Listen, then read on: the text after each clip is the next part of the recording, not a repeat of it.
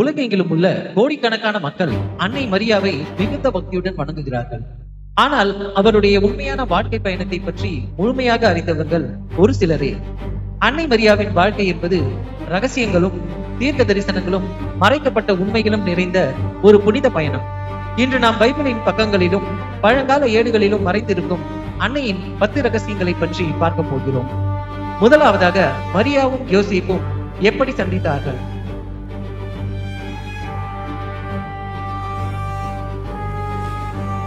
புனித வேதாகமத்தை பொறுத்தவரை அன்னை மரியாளின் ஆரம்பகால வாழ்க்கையை பற்றியோ அல்லது அவர் யோசேப்பை எப்படி சந்தித்தார் என்பதை பற்றியோ விவிலியம் எதையும் குறிப்பிடவில்லை.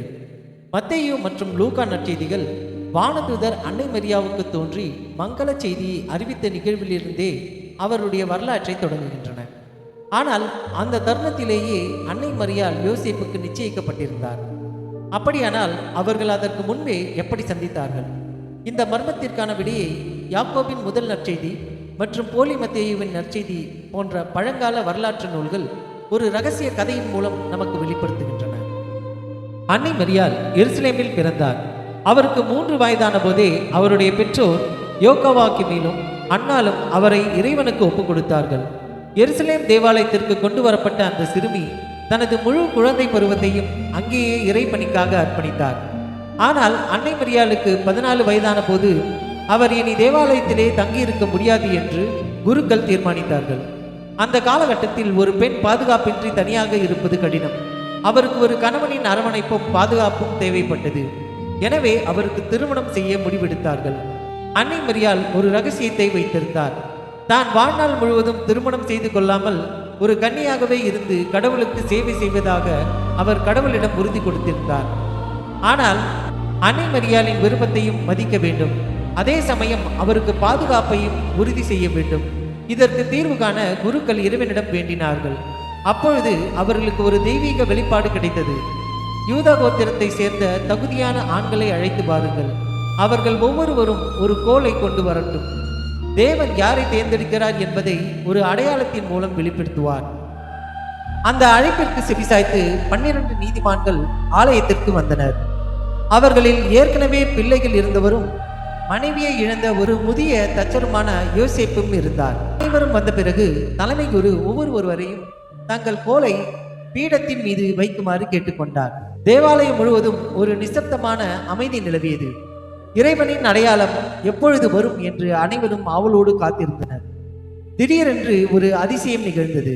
அங்கிருந்த ஒரு கோலிலிருந்து ஒரு தண்டு முளைத்து வெளிவரத் தொடங்கியது. அது ஒரு வெண்மையான பாதாம் பூ. ஆம், அது யோசேப்பின் கோல். காலத்தால் தேய்ந்து காய்ந்து உலர்ந்து போன அந்த தடியில் இருந்து ஒரு அழகான வெண்மையான மலர் மலர்ந்தது. அது மட்டுமல்ல, அதிலிருந்து ஒரு வெண்புறா வெளிப்பட்டு பறந்து சென்று யோசேப்பின் தலையின் மீது அமர்ந்தது. மரியாளை பாதுகாக்கும் பொறுப்பிற்கு கடவுள் யோசேப்பையே தேர்ந்தெடுத்தார் என்பதற்கான அடையாளமாக அது அமைந்தது. அந்த ஆண்கள் அனைவரும் யூதா கோத்திரத்தை சேர்ந்தவர்களாக இருக்க வேண்டும் என்ற நிபந்தனையை மீண்டும் நினைவில் கொள்ளுங்கள். ஏனெனில் யூதா கோத்திரத்தை சேர்ந்தவர்தான் அரசர் தாவீது. உலகை மீட்க வரும் மெசியா தாவீதின் வம்சத்திலிருந்தே பிறப்பார் என்று இறைவாக்குகள் முன் அறிவித்தனர். அந்த தீர்க்க தரிசனம் நிறைவேறவே குலத்தை சேர்ந்த யோசேப்பு அன்னை மரியாளுக்கு பாதுகாவலராக தேர்ந்தெடுக்கப்பட்டார். அந்த குருவானவர் அங்கிருந்தவர்களை பார்த்து கம்பீர பிரகடனம் செய்தார். தேவன் வெறும் ஒரு கணவனை தேர்ந்தெடுப்பதோடு நின்றுவிடவில்லை. மாறாக அவர் அந்த மாபெரும் அரசனுக்கான வழியை இதோ ஆயத்தப்படுத்தி கொண்டிருக்கிறார். பின்பு அவர் யோசேப்பை பார்த்து சொன்னார், யோசேப்பே, ஆண்டவருக்குரிய அந்த பரிசுத்த கன்னிகையை ஏற்றுக்கொள். அவளை பாதுகாக்கும் மாபெரும் பொறுப்பிற்காக நீயே இறைவனால் தேர்ந்தெடுக்கப்பட்டாய். இதை கேட்ட யோசேப்பு சற்று தயங்கினார். அவர் மனதிற்குள் கவலை கொண்டார்.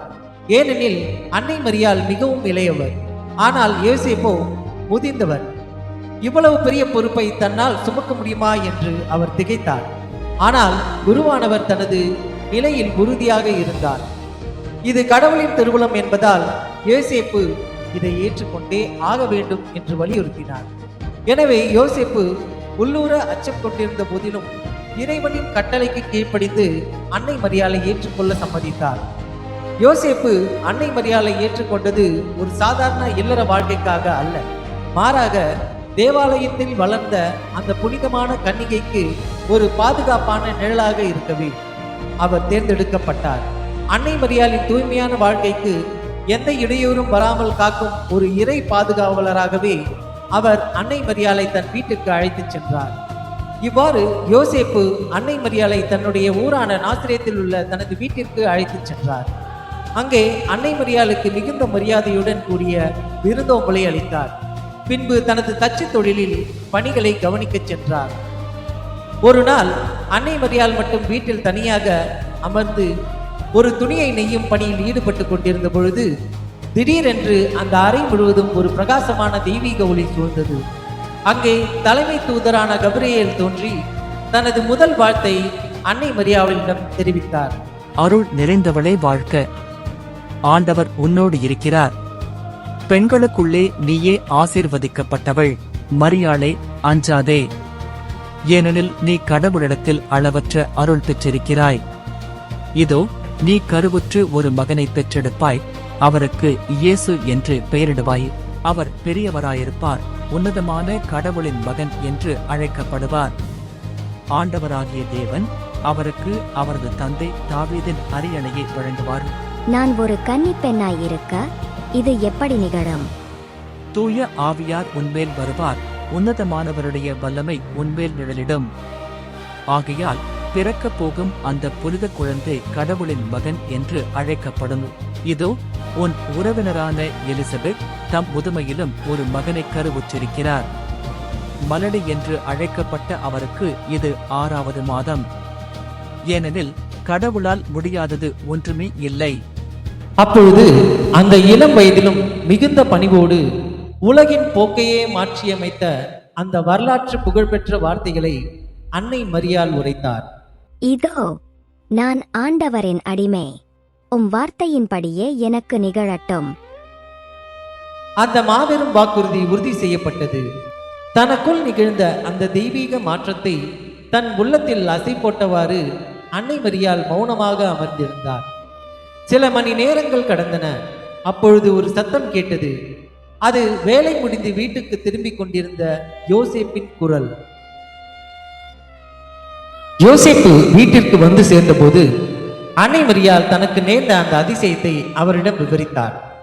அந்த செய்தியை கேட்டபோது தான் ஒரு மிகப்பெரிய பொறுப்புக்கும் இக்கட்டான சூழ்நிலைக்கும் இடையில் இருப்பதை யோசேப்பு உணர்ந்தார். அன்னை மரியாள் இறைவனின் வல்லமையால் கருவுற்றிருக்கிறார் என்பதை உலகிற்கு எப்படி விளக்குவது? யோசேப்பு ஒரு நீதிமானாக இருந்ததால் அன்னை மரியாளை ஒருபோதும் சந்தேகப்படவில்லை.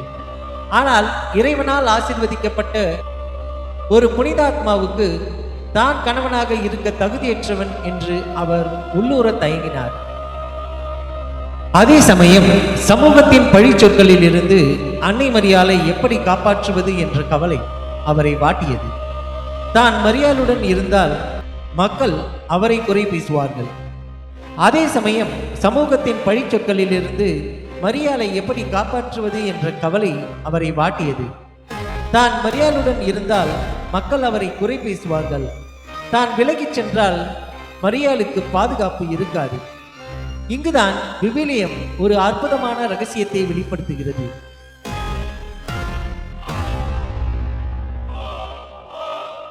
மத்தேயின் நற்செய்தி சொல்வது போல யோசேப்பு மரியாளை ஒருபோதும் அவமானப்படுத்த விரும்பவில்லை. மரியாளின் புகழுக்கும் தூய்மைக்கும் எந்த ஒரு பாதிப்பும் வந்துவிடக் கூடாது என்பதற்காகவே அவரை ரகசியமாக விலக்கிவிட அவர் ஒரு கடினமான முடிவை எடுத்தார். இது அன்னை மரியாளை கைவிடும் முடிவு அல்ல, மாறாக அன்னை மரியாளின் தெய்வீக ரகசியத்தை உலகத்தின் இழிச்சொற்களில் இருந்து பாதுகாக்க ஒரு நீதிமான் எடுத்த தியாகத்தின் முடிவு. அன்னை மரியாளின் புனிதத்தை விட தனது கௌரவம் முக்கியமல்ல என்று யோசேப்பு நினைத்தார். மரியாள் தூய ஆவியினால் கருவுற்றிருந்த அந்த தருணத்தில் யோசேப்பு தனது வாழ்க்கையை புரட்டி போடும் ஒரு கடினமான முடிவை எடுக்க வேண்டியிருந்தது. ஏனெனில் அவர் முன்னால் இருந்த சூழல் அத்தனை கொடூரமானது.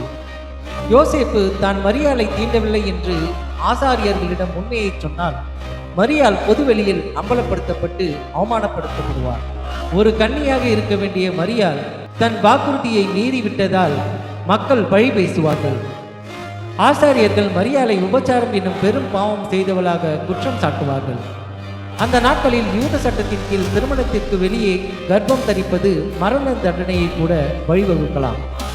அந்த தண்டனையை அரிதாகவே நிறைவேற்றப்பட்டாலும் சமூக புறக்கணிப்பும் கல்லறிதலும் மரியாளின் வாழ்வை சிதைத்துவிடும் என்பது யோசேப்புக்கு தெரியும். மரியாளின் எதிர்காலம் ஒரு நூலிலையில் தொங்கிக் கொண்டிருந்தது. அதை தாங்கி பிடிக்கும் ஒரே ஒரு நூல் யோசேப்பு தான். அந்த நாட்களில் பெரும்பாலான ஆண்கள் தங்கள் கௌரவத்தையும் பெருமையுமே பெரிதாக நினைப்பார்கள். தன் தவறு இல்லை என்று நிரூபிக்க மரியாளை பலி கொடுக்க துணிந்திருப்பார்கள். ஆனால் யோசேப்பு ஒரு நீதிமான். மரியாளின் புனிதத்தை அவர் அறிந்திருந்தார். மரியாளை ஒரு விபச்சாரி என்று உலகம் தூற்றுவதை விட தான் ஒரு பொறுப்பற்றவன் என்ற அவப்பெயரை ஏற்க அவர் துணிந்தார். அதனால்தான் மரியாளை அவமானப்படுத்த விரும்பாமல் அவரை இரகசியமாக பிரிந்து சென்றுவிட அவர் தீர்மானித்தார். மரியாளின் மேல் அவர் கொண்டிருந்த மதிப்பு அத்தனை உன்னதமானது. தனது உள்ளத்தின் ஆழத்தில் அவர் ஒரு மாபெரும் முடிவை எடுத்தார். மரியாளை நான் ஒருபோதும் காட்டிக் கொடுக்க மாட்டேன். அவளுக்கோ அந்த குழந்தைக்கோ எந்த துன்பமும் வராதபடி என் உயிரை கொடுத்தாவது காப்பேன் என்று அவர் உறுதி பூண்டார். அனைத்து பழிகளையும் தன் மீதே சுமக்க அவர் துணிந்தார். மரியாளை பாதுகாத்து அந்த குழந்தையை தனது சொந்த குழந்தையாகவே உலகிற்கு அறிவிக்க அவர் முடிவு செய்தார். ஆனால் இந்த தியாகத்திற்காக அவர் கொடுக்க போகும் விலை மிக அதிகமானது என்பதை அவர் அறிந்திருந்தார். மரியாளின் புனிதத்தை காக்க தான் உயிரினும் மேலாக மதிக்கும் யூத சமூகத்தையும் தனது ஆலய உரிமைகளையும் தனது சொந்த மக்களையும் இழக்க அவர் தயாரானார். நானே தவறு செய்தவன், நானே மரியாளை விட்டு ஓடிவிட்டவன் என்று உலகம் தன்னை தூற்றற்றும் என்று அவர் முடிவு செய்தார். தன் நற்பெயர், தன் இல்லம், தன் கௌரவம் அனைத்தையும் மரியாளின் ஒரு துளி கண்ணீருக்காக தியாகம் செய்ய அந்த உன்னத மனிதர் முன் வந்தார். அந்த அமைதியான இரவில் ஒரு மகா தியாகத்தின் கதை தொடங்கியது. குழப்பமான எண்ணங்களாலும் பாரமான இதயத்தோடும் யோசேப்பு அன்று உறங்கச் சென்றார். ஆனால் அதே இரவில் ஒரு மர்மமான பேரொலி அவர் அறைக்குள் புகுந்தது. இறைவனின் தூதன் அவரது கனவில் தோன்றி, யோசேப்பே, தாவீதின் மகனே, மரியாவை உன் மனைவியாக ஏற்றுக்கொள்ள அஞ்சாதே. ஏனெனில் அவளுக்குள் கருவாகியிருப்பது தூய ஆவியால் உண்டானது. அவள் ஒரு மகனை பெற்றெடுப்பாள். அவருக்கு இயேசு என்று பெயரிடுவாயாக. ஏனெனில் அவர் தம் மக்களை அவர்களின் பாவங்களிலிருந்து மீட்பார். வானதூதரின் வார்த்தைகள் மரியாளின் கூற்றை உறுதிப்படுத்தியது மட்டுமல்லாமல் யோசேப்புக்கு ஒரு மாபெரும் தெய்வீக பணியையும் அளித்தது. எவ்வித ஐயமும் இன்றி யோசேப்பு தன் கண்களை திறந்தார். தான் கடவுளிடமிருந்து ஒரு நேரடியான செய்தியை பெற்றிருக்கிறோம் என்பதை அவர் முழுமையாக உணர்ந்தார். அடுத்த நொடியே அவர் மனதில் இருந்த தயக்கமும் குழப்பமும் பனி போல நீங்கிவிட்டன. அந்த கனவு யோசேப்பிற்கு ஒரு வைரத்தை போன்ற உறுதியையும் தெளிவையும் அளித்தது. அவரது முடிவு இனி ஒரு அவமானத்தை தவிர்ப்பது பற்றியல்ல, மாறாக அகில உலகிற்கும் மீட்பை கொண்டு வரும் ஒரு மகா இறை திட்டத்தை முழு மனதோடு ஏற்றுக்கொள்வது பற்றிதான். இனி அவர் ஓடி ஒளிய தேவையில்லை. மாறாக பிறக்கவிருக்கும் அந்த குழந்தைக்கு ஒரு தந்தையாக இருந்து அதை பாதுகாக்க வேண்டிய மிகப்பெரிய பொறுப்பை அவர் ஏற்றார். ஆனால் இதற்கு பிறகு என்ன நடந்தது என்பது குறித்து விவிலியம் ஒரு பெரும் மௌனத்தை கடைபிடிக்கிறது. மரியாள் கருவுற்றிருக்கும் செய்தி அந்த நாசரேத்து ஊர் முழுவதும் பரவிய போது என்ன நடந்தது? ஆலய குருமார்களும் அந்த சமூகத்திற்கும் இந்த செய்தி எட்டிய போது அவர்கள் எப்படி எதிர்வினையாற்றினார்கள் என்பதை நற்செய்தி நூல்கள் விவரிக்கவில்லை. எனினும் யாக்கோபின் முன்னற்செய்தி நூல் எனும் பழங்கால ஒரு நூல் ஒரு இரகசிய தகவலை வெளிப்படுத்துகிறது. மரியாளின் கர்ப்பம் ஒரு பெரும் சமூக பழியாக மாறியது. அதன் விளைவாக அவரும் யோசேப்பும் ஆலய குருமார்களுக்கு முன்பாக ஒரு விசாரணைக்கு உட்படுத்தப்பட்டனர்.